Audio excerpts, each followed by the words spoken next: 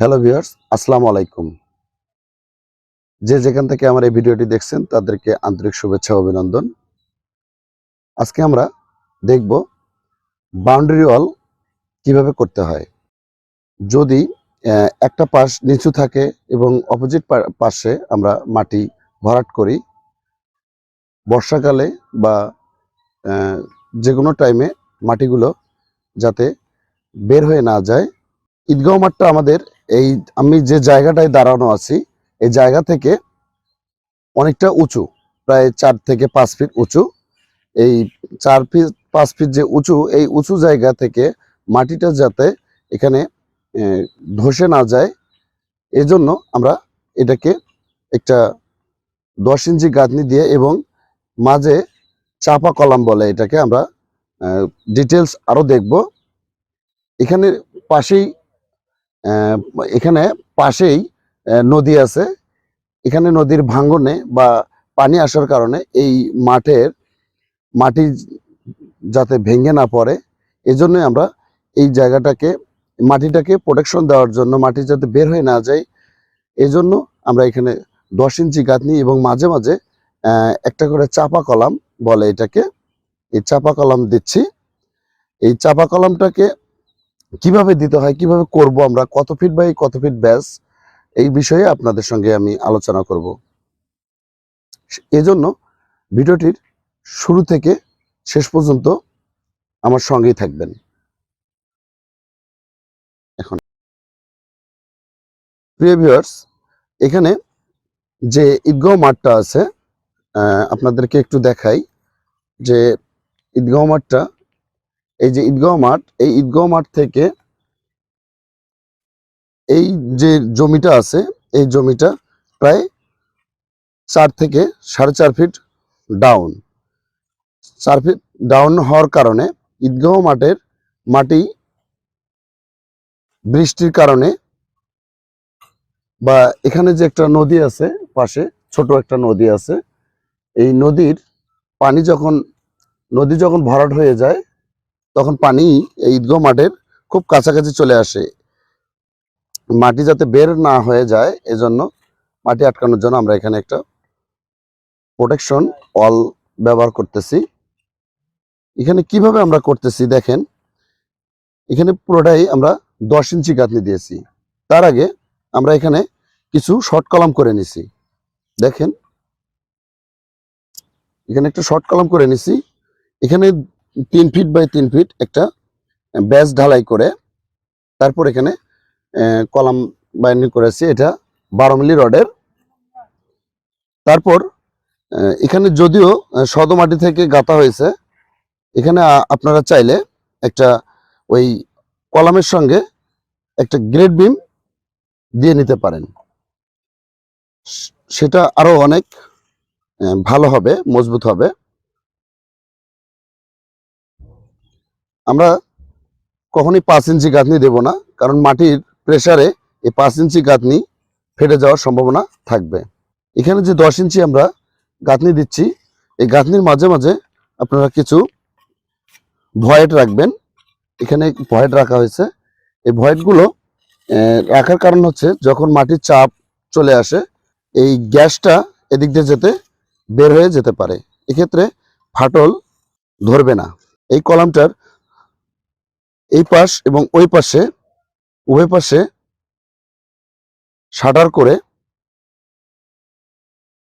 এখানে কলামটা ঢালাই করা হবে এবং এই 10 ইঞ্চি গাঁথনির উপরে আরেকটা গ্রেড বিম দেওয়া হবে।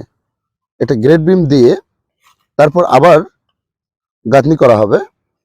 সেক্ষেত্রে আমরা যেহেতু এখানে মাটির লেভেল বরাবর আমরা গ্রেড বিমটা দিলাম, তার উপরে আমাদের আর মাটি উঠবে না, এজন্য আমরা পরবর্তী গ্রেড বিমের উপর থেকে আমরা 5 ইঞ্চি গাঁথনি দিয়ে নিতে পারি।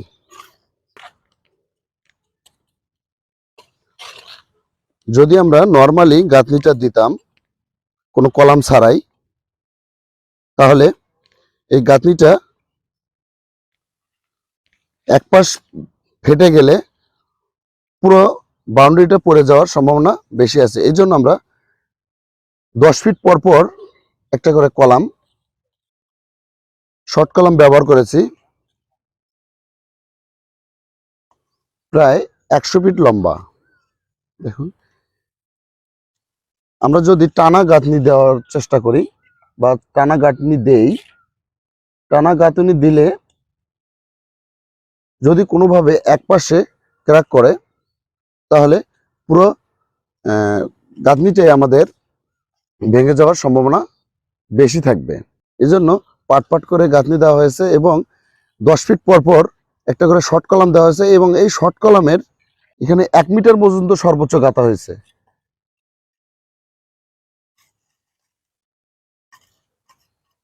তারপর আমরা এর উপরে গ্রেড বিম দেব। গ্রেড বিম দেওয়ার পর আমরা 5 ইঞ্চি গাঁথনি দিয়ে আমরা এই মাঠের বাউন্ডারিটা কমপ্লিট করব। যেটা ঈদগাঁও মাঠ,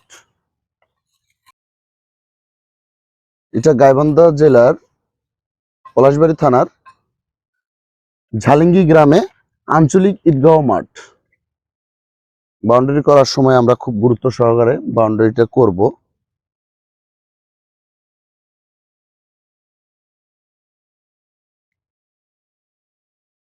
মাটির প্রেসারে এগুলো ফাটল ধরবে এবং মাটি আটকানো যাবে না।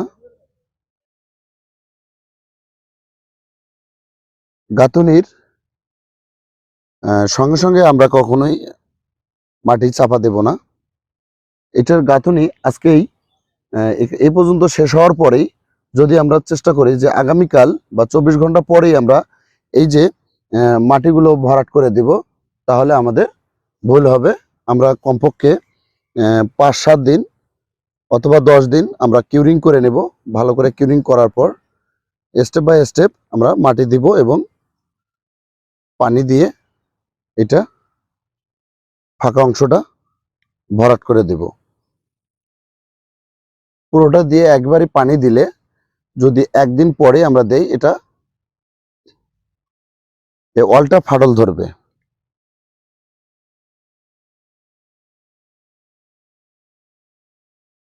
যে সাইডটা দেখা যাবে সেই সাইডটাই আমরা ইটের ফ্লাশ করব।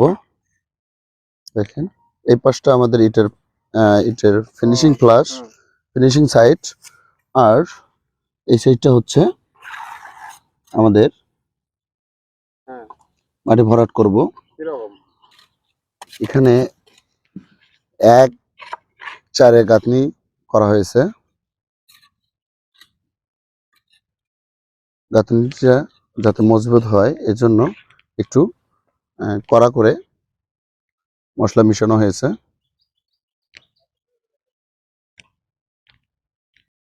প্রিয় ভিউয়ার্স, ভিডিওটি ভালো লাগলে অবশ্যই একটি লাইক করবেন, কমেন্ট করবেন এবং আপনাদের কাছে একটি চাওয়া, আমার এই ভিডিওটি শেয়ার করবেন। এরকম আরও ভিডিও পাওয়ার জন্য আমাদের এই চ্যানেলটি সাবস্ক্রাইব করে পাশেই থাকবেন।